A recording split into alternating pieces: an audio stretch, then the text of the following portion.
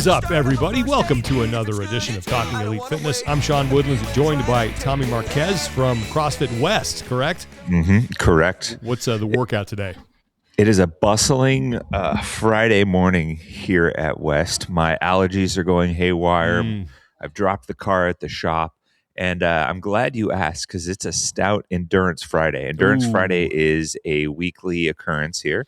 And we do a little bit longer time domain. We don't do the strength metcon, just focused on longer efforts. A little buy-in, 30, 20, 10 double unders, 15, 10, 5 pull-ups. That's your warm-up.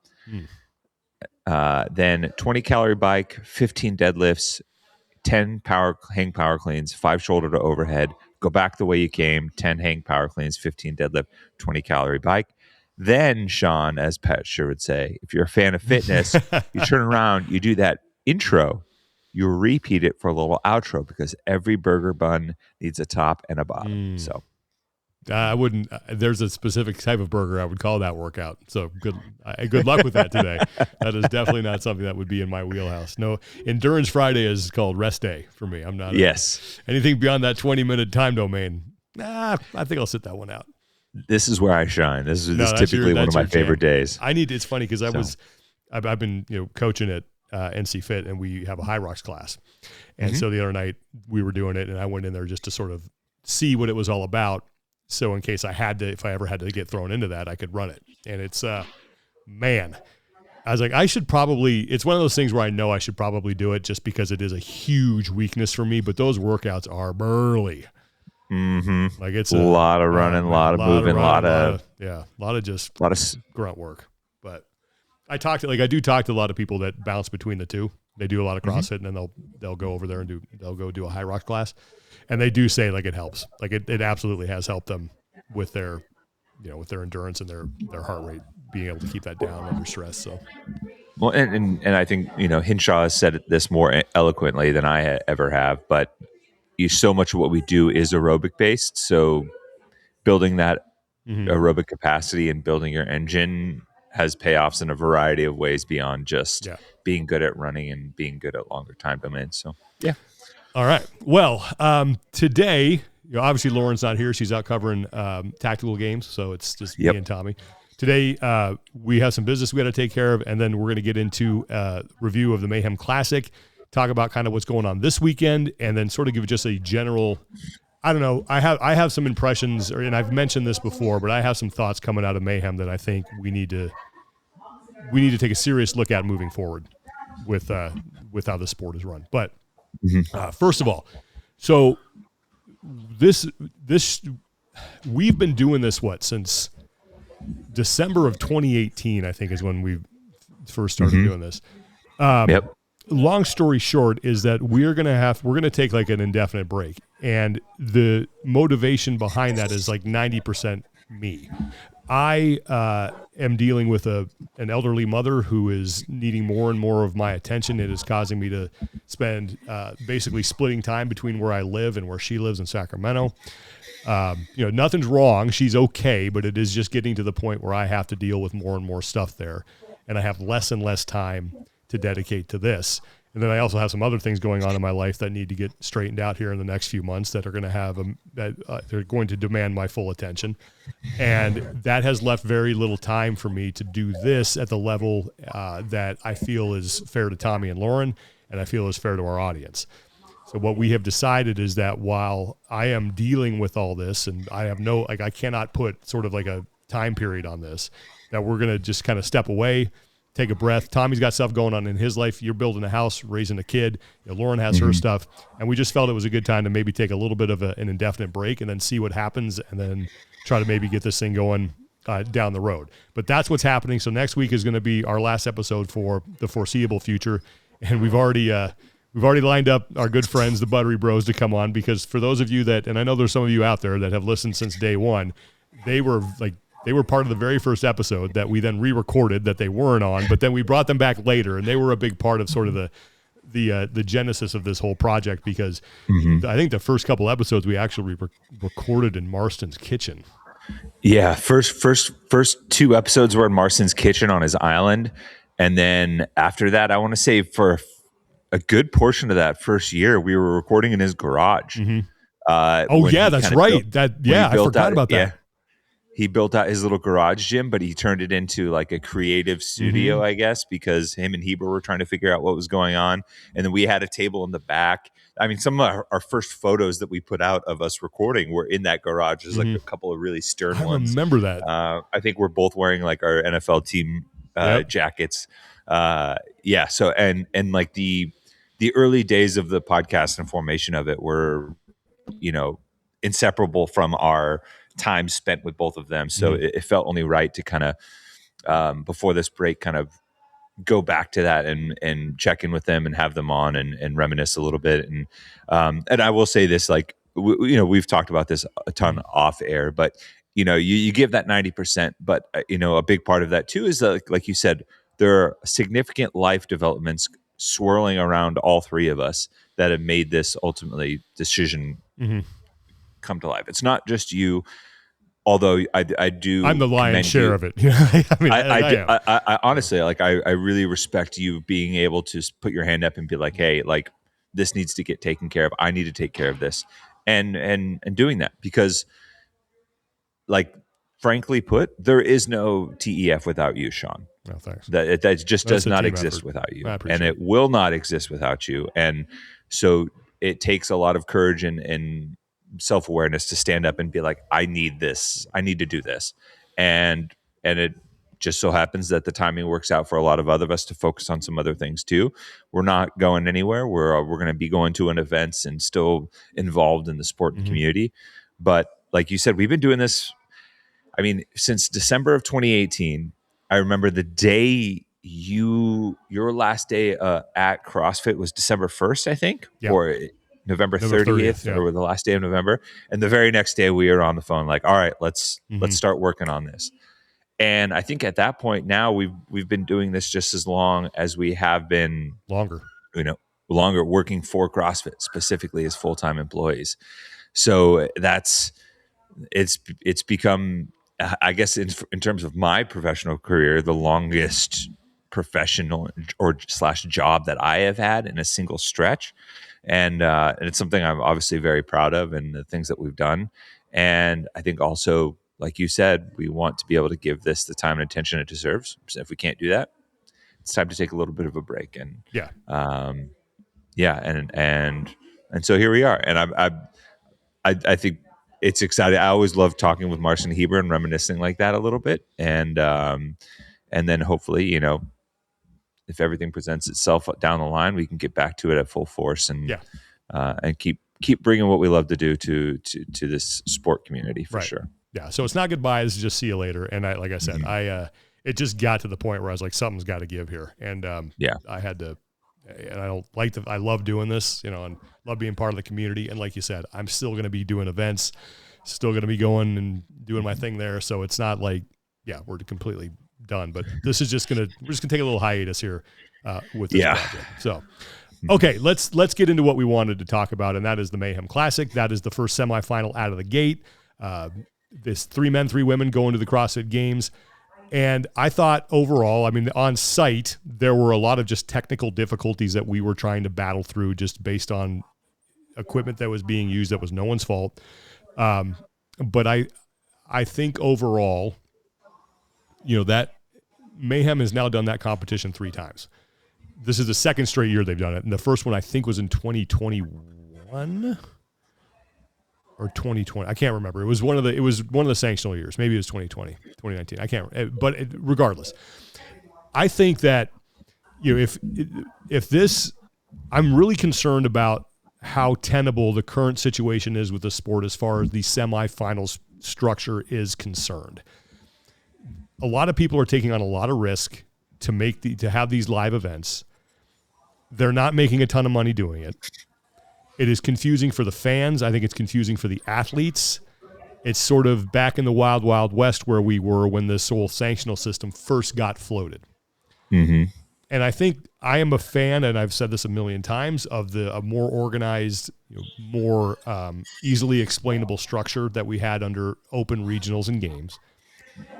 I think there's a way to tweak that a little bit to allow for some athlete freedom in there and to allow for more than one chance to qualify, because I certainly get those concerns with the athletes, because under the old system, it's like, hey, man, if I showed up and I wasn't 100% on a weekend, my season ended.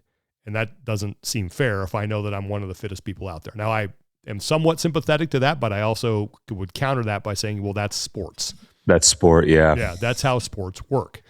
But I look at what was done at Mayhem, and I know that that affiliate is sort of an outlier. Like they're a bigger affiliate. They have the space to put that on. But I think like if we want to get this back to a place where it's actually like sustainable and it's not a year-to-year thing, like, okay, well, what are we doing this year? I think we need to find a way to bring competition back inside the affiliates. And I would love to see, I know there's a lot of big ones out there that could possibly do something like this, but I think like this live in-person stage, if we can get that into bigger affiliates around the world, we can get back to something that mirrors more open regionals games. And I think that's a win for everybody. Yeah, I mean, it doesn't, and I would say it doesn't even necessarily have to be an affiliate, right? Like, I think we have gotten caught up with a certain type of venue for some of the bigger events. That doesn't necessarily need to be the case. As long as the field of play, the programming, and the presentation of it to people outside of the venue are done at a high quality. And I think it kind of goes back to 2014 when we talked about like the invitational and how like that venue at the HP Pavilion was just not the right size for us, And I think at this point, at this stage of lack of growth or wherever the sport is, we need to play to a venue that's more appropriate for where things are financially. But I also think like Mayhem has a brand engine behind them that makes them a unicorn in this space, right? In terms of they have the four walls that can pull off an event. They have the financial support from their own success as an affiliate, as a brand, as a programming brand, as basically everything that has had Mayhem's logo on it, and all the different avenues and areas that they have had touch points in that have made them a global force on this side. And so it's going to be really tough to replicate that from other affiliates, I think, without some support from CrossFit. I also think that even with all of that being said, there were still some limitations on Mayhem's side because they couldn't just shell out all this money without some level of return. And we've had some discussions. Like obviously there were some equipment issues, and we saw it kind of manifest itself on the broadcast in some ways.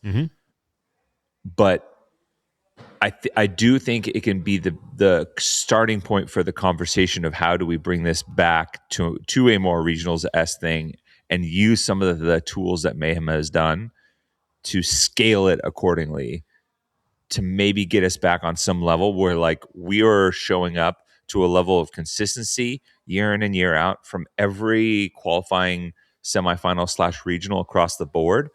And that there's some level of predictability in that when fans tune in, they're going to get to see that all the athletes compete. They're going to get to see all of the events take place in a quality format. There's going to be some relatively consistent storytelling. And it's not going to be the seesaw peaks and valleys of presentation, of production, and ultimately of like testing. Because I also think that's another thing that needs to be revisited. Like, if you have all these event programmers, I get the desire and the want to put your own spin on programming. But I think what matters more for the CrossFit Games, specifically if you're going to white knuckle that claim of the fittest on earth, I think we have to have some level of standardization for programming to make sure that people are actually taking the same test. I agree with everything that you said. Like I think that because the live audience, in presenting this sport and growing it, the people on site are secondary, to be honest with you. That's a secondary audience. You want them in there, you want them having fun, but the numbers that are going to bring in sponsorship and money are the viewers online. So to your point, how do we get back to a place to where we have consistent presentation week over week? Now that's not cheap. Like I get that there are a lot of barriers here. Like you have to pay for that. Mayhem shelled out, like they got a discount for what they were doing. And like you said, there were There were audio issues that we had to deal with. We were dealing with an older broadcast truck. We were dealing with equipment that was running Windows 7 that couldn't talk to the stuff that we needed to talk to get like. I'm not 7. Kidding you. Like that's kind of what we were doing. I'm not putting that on anybody. That was the reality of the situation. It's like if you're going to put on a good stream and you're going to present this to an audience, like there's just money that has to be spent, right? But to your point, it's like this week we have Legends Championship going on right now, which is on Flow Elite. Now, for those of you that aren't familiar with Flow Elite, they have, and I have said this to a Flow Elite representative, so I'm not afraid to say it here. I'm going to say exactly what I said to him. And that is that Flow Elite has a reputation in this space that is not good because of what they were doing at competitions like Wadapalooza and Granite Games, because their level of coverage was nowhere near what was being given away for free. And if you're going to ask people to pay for something, it's got to be better or at least on par with what is being given away for free. And I don't know, I haven't signed up to watch Legends. I don't have an account, so I don't know what that looks like. But at least there's a way to do it. But if you're like, and this brings me to the next issue, is like and I'm really curious, I'd be really curious to like take this out to a lot of people and see what they would say, like fans of the sport, people in the community who are invested in this. Like if we said to the CrossFit community, hey, there's a chance for it. Like we can go back to open regionals and games. We're going to have these competitions that are going to be live in bigger affiliates, and we're going to show them all online at the same level, but it requires you to pay a $50 subscription fee for the entire season. I'm curious if people would do that. Now, I don't even know, like, again, I'm throwing numbers out there that might not even make sense and might not even be enough to foot the bill. Yeah. But if this is just a hypothetical, obviously. Like if you could tell people like, hey, we can provide this if you pay X, do you think people would do it? And I'm not sure. I would say they would. And I think that is the only way right now we get to a level that you're talking about that is equal across the board with presentation of all these events. And I would say it would take a level of transparency that I don't know if CrossFit is willing to give at this point. Mm-hmm. And it would have to be akin to how the Rogue Price Purse develops and all the details and everything and the running ticker that goes on. Like I think if with some foresight, they could absolutely do that. One, it would require, hey, like some forecasting. Hey, we can produce these 10 events this way. It'll look like this. You'll be guaranteed this. It's going to cost this. This is going to be the cost passed down to the consumer. If we hit this number of subscribers, great. It's going to cover that. And then we can potentially begin to add a little bit year in and year out, right? Like set these benchmarks. What do they call it in the tech? KPIs, the key performance indicators. And then also maybe, at some level, if this becomes really successful, not only are we going to add a little bit of bells and whistles, but maybe it goes to the prize purse as well. And you can start to integrate that into the other charge points throughout the season, right? Where like we had this conversation yesterday. If you're signing up for the Open and it's like, hey, would you like to add a subscription for CFTV for like the entire season's worth of coverage for $50? And if you sign up now, we'll throw in a t-shirt. You know, one of the like I think some of the recent like CrossFit merchandise that they've made has been fantastic. Yeah, some of the it's good. Stuff. It's really good. They sent me some of the stuff, and it's really good. Yeah, we'll throw in a shirt as well, or a sticker pack or something like that.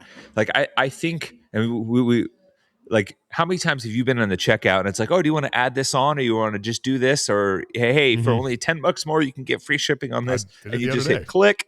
Super easy. And then I think people start to be a little bit more accepting of being charged for something, because right now I think we're just in this weird in between where you're not getting a consistent level of professional production. You're also not. Now you're getting charged for some stuff like the Magic City Games, Legends, and Masters CrossFit Games are going to be behind the Flow Elite paywall. And there's no guarantee of what your money is being spent on. Mm-hmm. No, that's exactly what I told the guy from Flow Elite that I talked to, is that you have to be able to guarantee a level of, and I don't want to take shots at people who are who are really like working hard to make sure that people have a way to watch this. Like they deserve to be like, thank you for doing that. Like for people who really want to watch, and for the people who are out there providing it, like that's great. But I think we all need to be honest with ourselves. Like, are you growing the sport? If that is the level, if that's the level, like, is that our sponsors going to, like big name sponsors, going to get on board with that? I don't know. As always, two things can be true. You can commend someone for taking a crack, but also understand that, like, hey, just because you took a shot doesn't mean that it's beneficial long term, or it's indicative of a healthy ecosystem moving forward. Agreed. Right? Like, so it's I mean, and Flow Elite's issue is they were getting into a sport that I don't think they fully understood at the time. That's 100% true. If you're familiar with Flow Sports, they largely work in avenues and arenas of sports that are, I would say, chronically underserved in their production and coverage, but don't require a ton of infrastructure to actually produce, like college wrestling, track and field. They do an excellent job with jiu-jitsu and some combat sports. But a lot of that is like, locked off cameras, not dynamic, set field of play where there isn't a ton of moving or changing. And so you can get away with that. And like the nature of the beast for this sport is just not like that. It really isn't. We've talked about this for forever. Like in every other sport, the field of play doesn't change. Every single event. Yeah. Every single event. And every single weekend. And it's, well, that's a good, so let me just jump in there, because that's a really good segue about the field of play. Like, I think there's a way, like getting this back into affiliates, bigger affiliates that can house something. And you don't need to have thousands of people on hand. There were a couple hundred, I think, at Mayhem, and it looked great.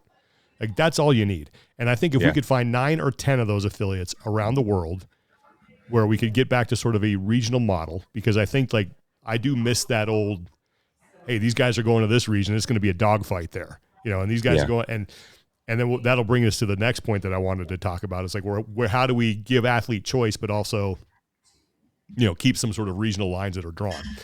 But I think if you get it back into the affiliates, you simplify the events a little bit. Like, we don't need to go totally crazy with the programming. You can do something that is universally programmed in the affiliates, and then we can highlight that during the competitive season, like we're at CrossFit wherever in Southern California or in Europe. There are places that could pull this off. All right, so that's a cost saver right there, because now you're not paying for venues. So take that off the books. Right? I mean, and even like, let's say, worst case scenario, if Mayhem was able to produce it in that square footage, there's no reason why you can't do something similar in like I hate to say this, but like a high school gymnasium or somewhere where the cost is essentially going to be nothing. Right. The only thing you would have to worry about is like broadcast lighting, which can be expensive and things like that. There are things that you would have to add on. Okay. But now you've lowered that cost. You're highlighting the affiliates, which is something I think we have gotten away from in the competitive season just because of the professionalization of the sport. It's not like we need to get it back in the affiliates. So what better way to do that than actually have competitions in the affiliates? Yeah. And then if you can guarantee some sort of level of production to present this online, that's great. Now that brings us to the other thing that we were talking about yesterday, and that is, okay, then the Boys Interrupted talked about this. Yeah. We've got to rein this thing in. Like, we've got to rein this whole choosing where you want to go for semifinals. That's got to get reined in. And the way I would do it is in the whole it pays to be a winner thing. I would draw the regional lines. You would have a designated semifinal that you would go to for your region, unless you finished in the top 8 out of quarterfinals. If you finish in the top 8, now you get to choose where you want to go. But everyone else gets to go to their designated one. All right, so pays to be a winner. And then what I would do is I would have a whole, like they do with the NCAA tournament, I would have a whole reveal show for semifinals. It's like, here are the fields, bam. All right, now let's get like this athlete, and you could bring people in live. I'm going to this semifinal, and then they would put it up there, and like the best athletes would get to choose last because they would be able to see the fields and be like, that's the one I want to go to, or that's the one I want to go to. And more than likely, those are the athletes that have the resources to travel. Absolutely. We talked about this on Patreon too, but I absolutely love this idea. We have tossed around ideas like this, and I was even excited to see this when Mayhem was going to potentially do the team competition, the 2020 games, and they were doing some draft type stuff with programming. I love that that is a made for TV show where you can have athletes live call in and, I'm taking my talents to South Beach, LeBron style, and have each athlete like plant their flag. That was something that was somewhat cool about the sanctionals era in 2019 and even 2020, is that you started seeing athletes like, and then this has been discussed before, a great one, like great example, prime example was Fikowski right away in 2019, going to I China. believe it was, just went to Asia CrossFit Championships. He's like, I'm going here. Good luck if you're going to chase me, because I'm coming to win this one and I'm going to get the experience. I was at that event, and yeah, he was clearly the class and of that competition, and no one took him up on that. And there was some gamesmanship. But I also think it creates storylines for the rest of the season and future and beyond, right? Like, if you have a living record of athletes picking who they want to compete against, that's storylines that you get to talk about that we get in regular traditional stick and ball sports, right? Yeah. Like it's the rivalries and things that pop up by virtue of what does or doesn't happen on the field. There's a reason why the Yankees and Red Sox hate each other. There's a reason why anyone wearing an Eagles jersey, I want to run over with your car. I mean, you could admit it. Like, douse. I was going to say douse with some kerosene and light on fire. Sorry. The jersey, not the person. Just the jersey. Just the jersey. Sorry. No, I don't want to light Tim Paulson on fire. Just his wardrobe. Yeah, exactly. But you get to have results outside of just the competition floor that build into that. Like imagine, like right now, Boys Interrupted, putting out great content. Imagine if they have to make choices of who amongst that group they have to go and compete against. And that trash talking already happens anyways. Yeah. Now we got proof, hey, you ducked me.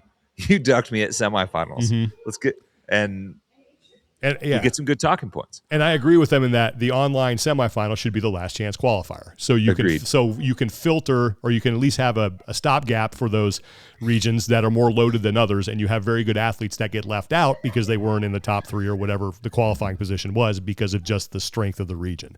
And so then you have the online qualifier for that, and all those athletes have a last chance to get in, and there's your field. But I feel like this whole just choose wherever you want to go and do whatever, it's like it's not conducive to telling good stories, and it's not conducive to excitement in the sport. And I think like it is that pendulum has gone way too far to let the athletes choose whatever they want to do, and we need to bring it back to the middle. They need to have some say in where they're going to go, and I think that if you are a winner and you earn the right to choose, and the odds are most of these guys are going to stay close to home anyway. Yeah. Unless you're someone who has a lot of sponsorship dollars and you can pay for a trip to China or to South Korea or wherever you're going to go compete. Like and that's fine. But that's the way it works in every other sport. It's like redraw the regional lines, rank them. You guys are going here, top 8, you get to choose. Let's have a whole show where we do that and we reveal that, and there's so much stuff you could talk about. And then you have the competitions inside the affiliates and you highlight that, and then the only time you need a legit giant venue or big professional venue is at the games. Yeah.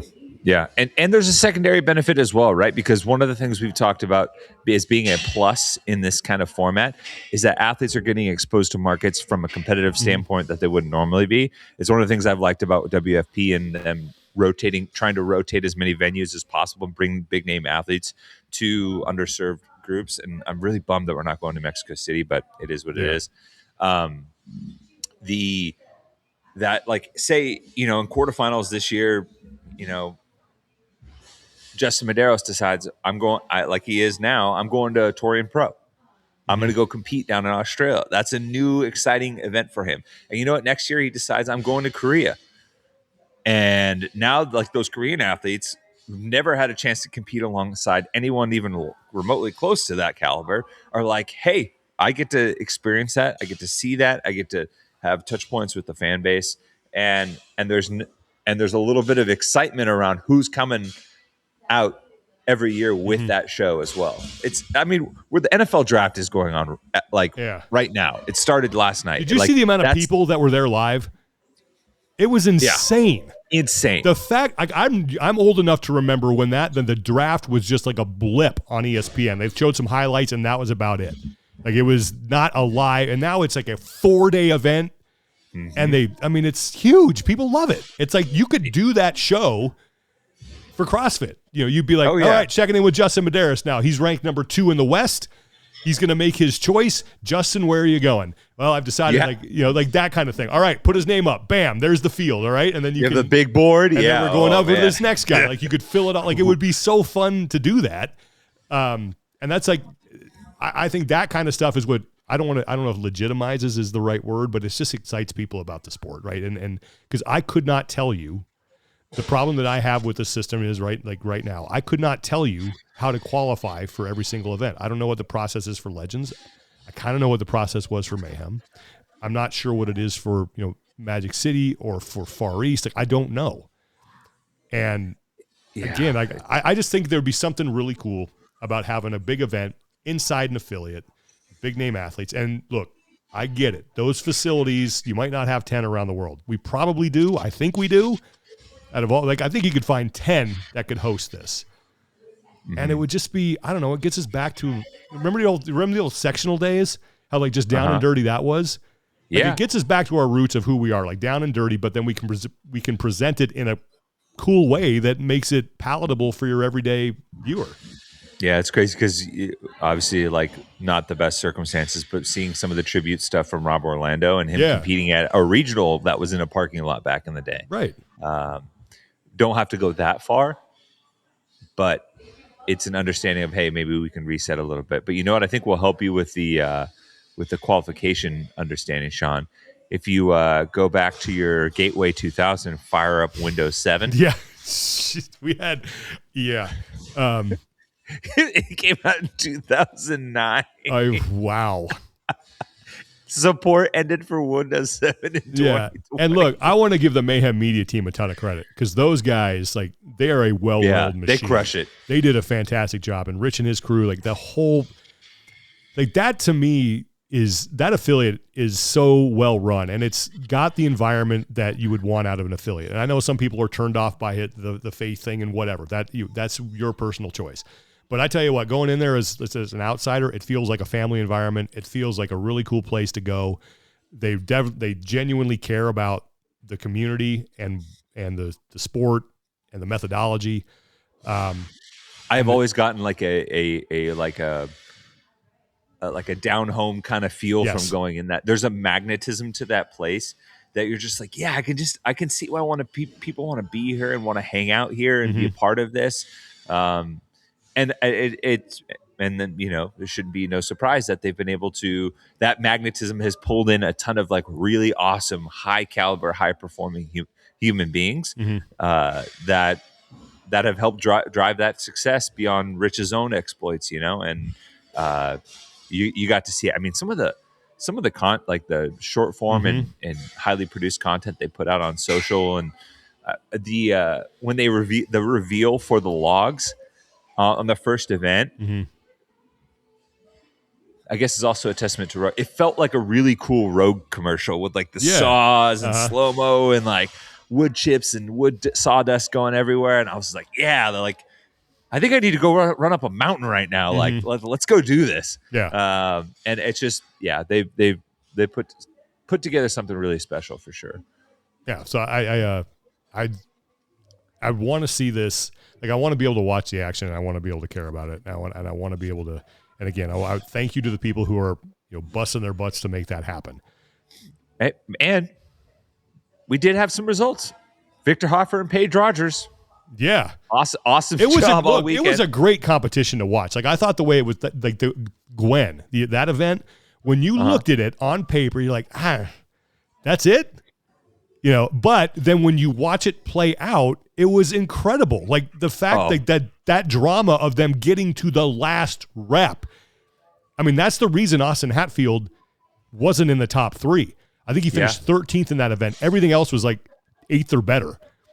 And that probably would have gotten him in. Had he finished, that's huge. That's the kind of drama as a fan you want to watch. Sucks for Austin. I get it. That's horrible. But that's the kind of drama. You're sitting there and you can tell people are starting to struggle. It's that event was fantastic. And they really didn't do, in the confines of that gym, they didn't do anything too crazy. It was just kind of right down the middle, good test of fitness CrossFit. It's funny. I had a similar reaction when they announced it because Chase was one of the top comments on the workout announcement, and he was just like, "Someone finally did it," because this is a benchmark that's been around for forever, Yeah. and no one has really truly adapted it to at a high level for competition like this. Mm-hmm. But they picked the right weight, the right loading, and structured it in a way that I just was very simple and clean.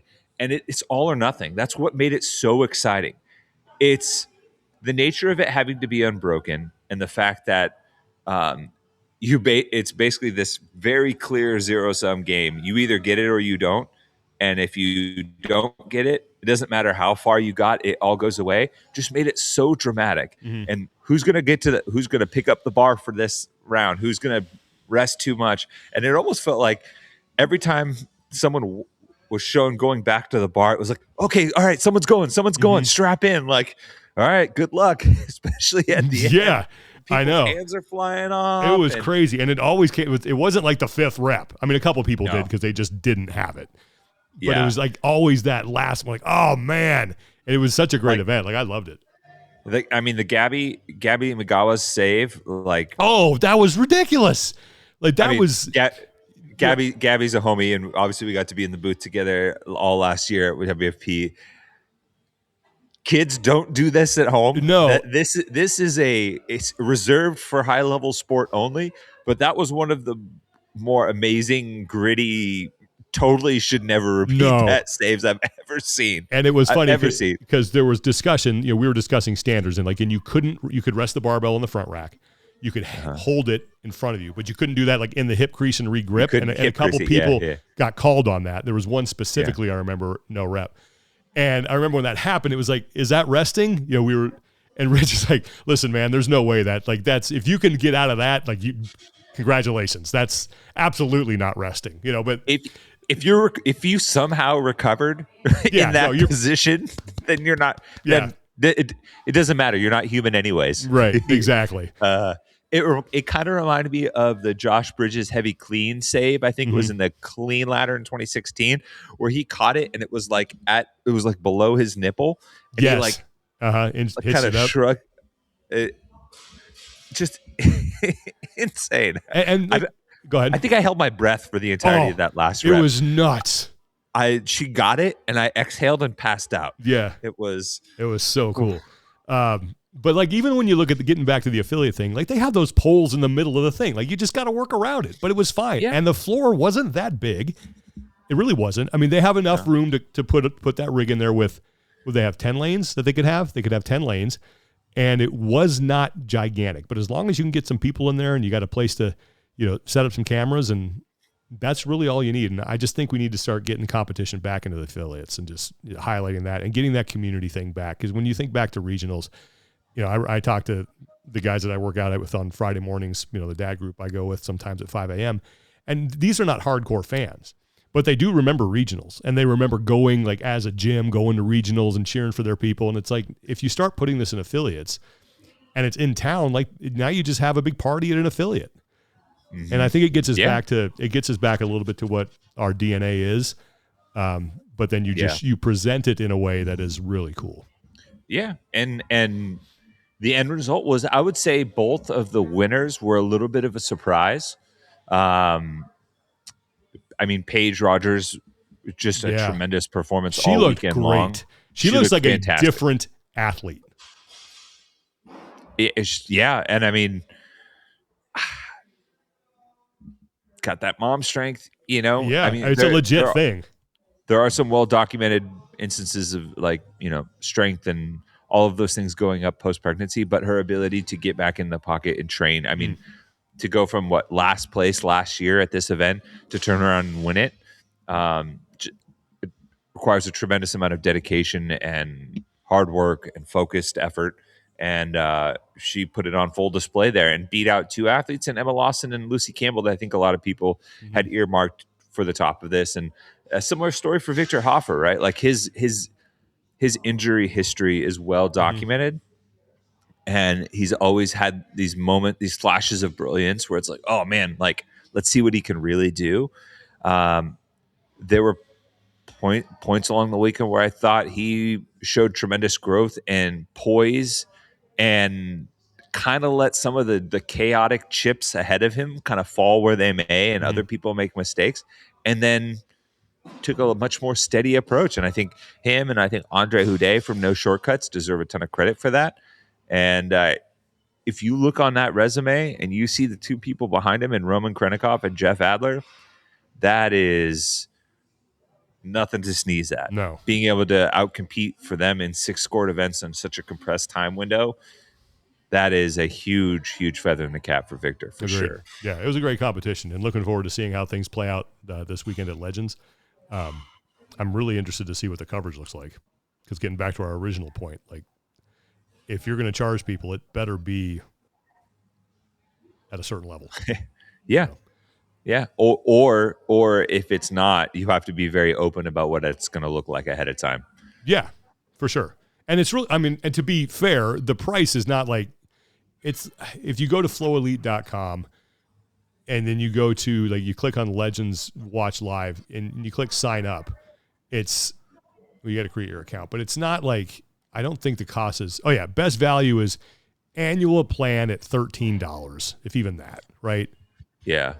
It's minimal. It's 13 a month. Oh, 13 a month. Oh, that's different. Yeah, but you're paying $13 a month, right? So you could even cancel it and pay $13 for one event. And then they have a monthly plan where you pay month to month that's $30. So they want you to commit to a longer thing, obviously. But don't love being forced to have to, like, sign up and cancel. Just, yeah, I don't know. I mean, I think the bottom line is like the question that needs to be answered is will CrossFit fans pay to watch these events? If, and like, I agree with you, you have got to show them this is exactly what you're getting. It's like when my affiliate raises fees. Okay, it's like, hey, we raise fees, but look, here's what we are buying. We're buying all these sleds, we're buying all new crash pads, we're doing this, and we're doing this. So they can show value to your money, like what you're getting. Yeah. Yeah. You got to be able to do that. And I'm not sure if that can happen right now. I agree with you on that. Costs all over the place have been steadily rising. Just as long as you don't lie to us, don't pretend to be something you're not, and be very open and honest with us and transparent and forward, I think people will be willing to spend that money. Yeah, I think if they knew they were getting consistency across the board, for sure. And then as far as the competition stuff that is going on, like I think videos. I think every athlete that wants to advance through the season should have a video of every single workout available. Doesn't mean it's going to be watched by CrossFit, but it can be watched by the people putting on the semifinal. You know, if it's like the affiliate owner, they can watch it and make sure that, okay, this person's legit. Like, you can kind of crowdsource that, and that way all the information is out there.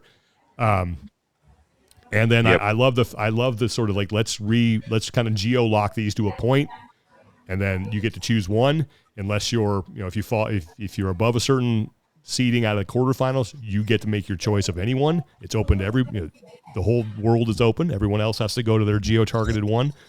And I think that simplifies it, and it provides for some really good storytelling. And then the spectacle is the games. That's the one where we're at a big event. We're at a big arena, and that would be my. I think, like, I'm just really to finish where we started. I'm concerned about the sustainability of the system, because it's such a lot of, like, you look at a guy like Wilson Pack, who's been doing this for a while, like putting on events. I think that's a labor of love for Wilson Pack. I don't think Wilson Pack is like raking in the money by doing the Syndicate Crown.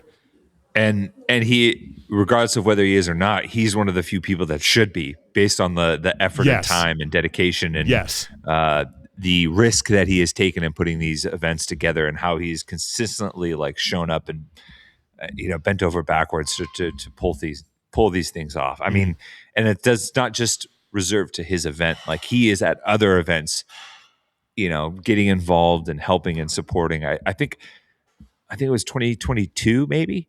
I think I saw him on a forklift at 6 different semifinals or something crazy. Mm-hmm. It's just like, oh, all right. Like, he's just Mr. Fix-It. Yeah. There's just people in this community that, when you see them at events, like Hicks.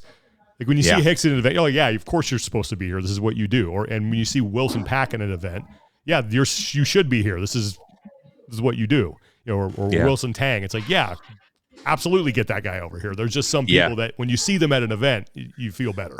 So For sure. all right, we got anything else that we want to address today? No, I do have a brief community support. All right. The Rogue just announced that they're doing the throwback Rob Orlando shirt. Oh, that's It's awesome. It's the old Orlando Strength shirt with like the stone on it, and a portion of the proceeds are going to go support Rob's family. Oh, that's So great. if you haven't already, or if you're interested, like go to Rogue Fitness. It's an awesome shirt. God, I wish I had that one back in the day, and I wish I had saved it. But go grab another one now that they're doing the rerun. It's a classic, and it helps support Rob's family.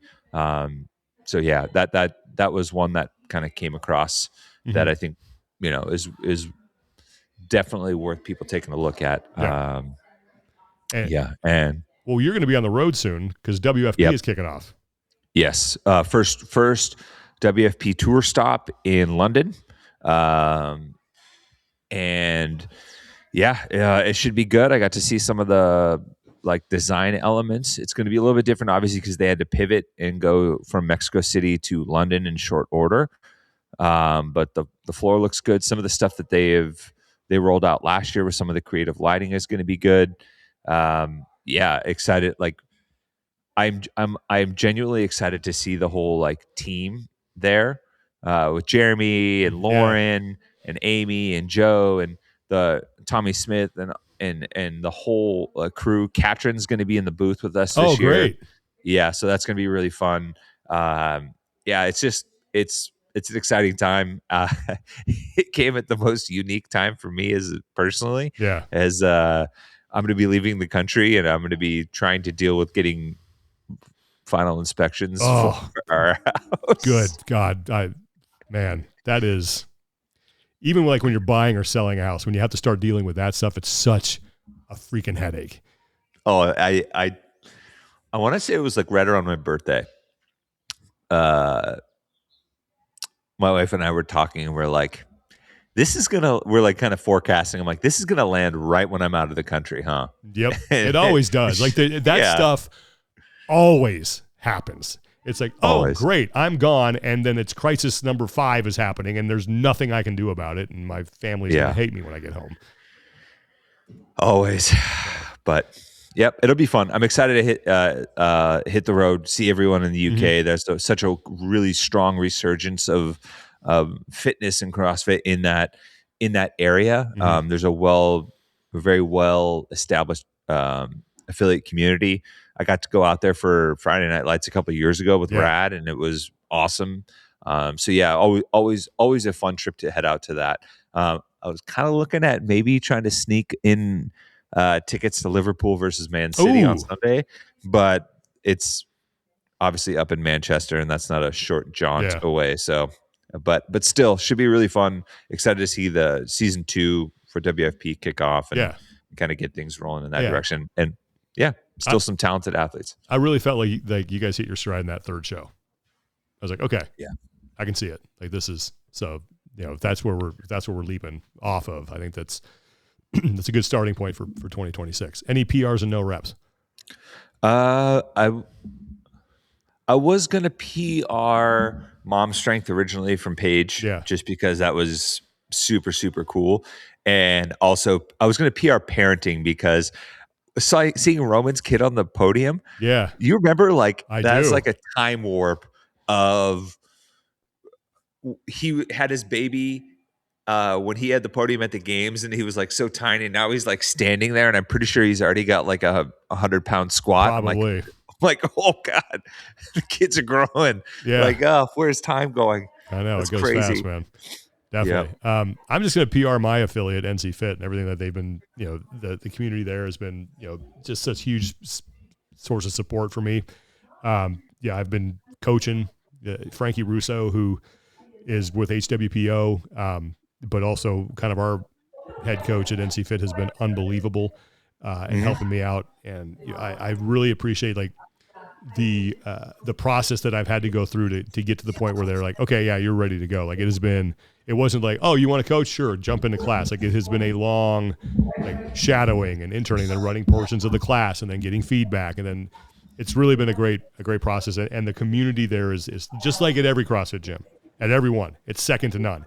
And if you're a member of that affiliate, I cannot thank you enough for just how you guys have been there for me these past 8 or 9 months, because it's been a source of a very a solid refuge for me. And I go there and it's like that's what this is all about, right? Like the CrossFit community is second to none, and if you can get into an affiliate, go. It will change your life, not just because of the fitness level you're going to achieve and the way you're going to feel about yourself, but because of the people you're going to meet and the relationships that you're going to build. And it's like that place is, I just have to give them a shout out. Big PR to NC Fit Campbell.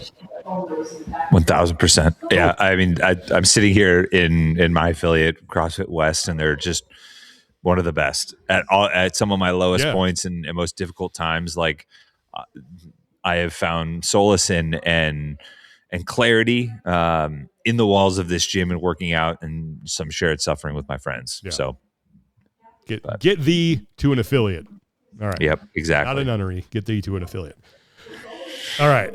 That is going to do it for today. We got our finale coming up, at least until we go on break next week. We got the Buttery Bros stopping by. That's always fun. That will probably go off the rails. But hopefully people are going to be entertained, and maybe you'll chuckle a little bit, because I know we will take a trip down memory lane like we always do. So that is going to do it for today, everybody. Thanks for listening. Thanks for watching. For Tommy Marquez, I'm Sean Woodland. Take care of each other. Be better. And we'll talk to you guys next time. Like a kiss at the start of a first date. If it's good, I don't want to wait. When the feeling's right, I'm taking everything.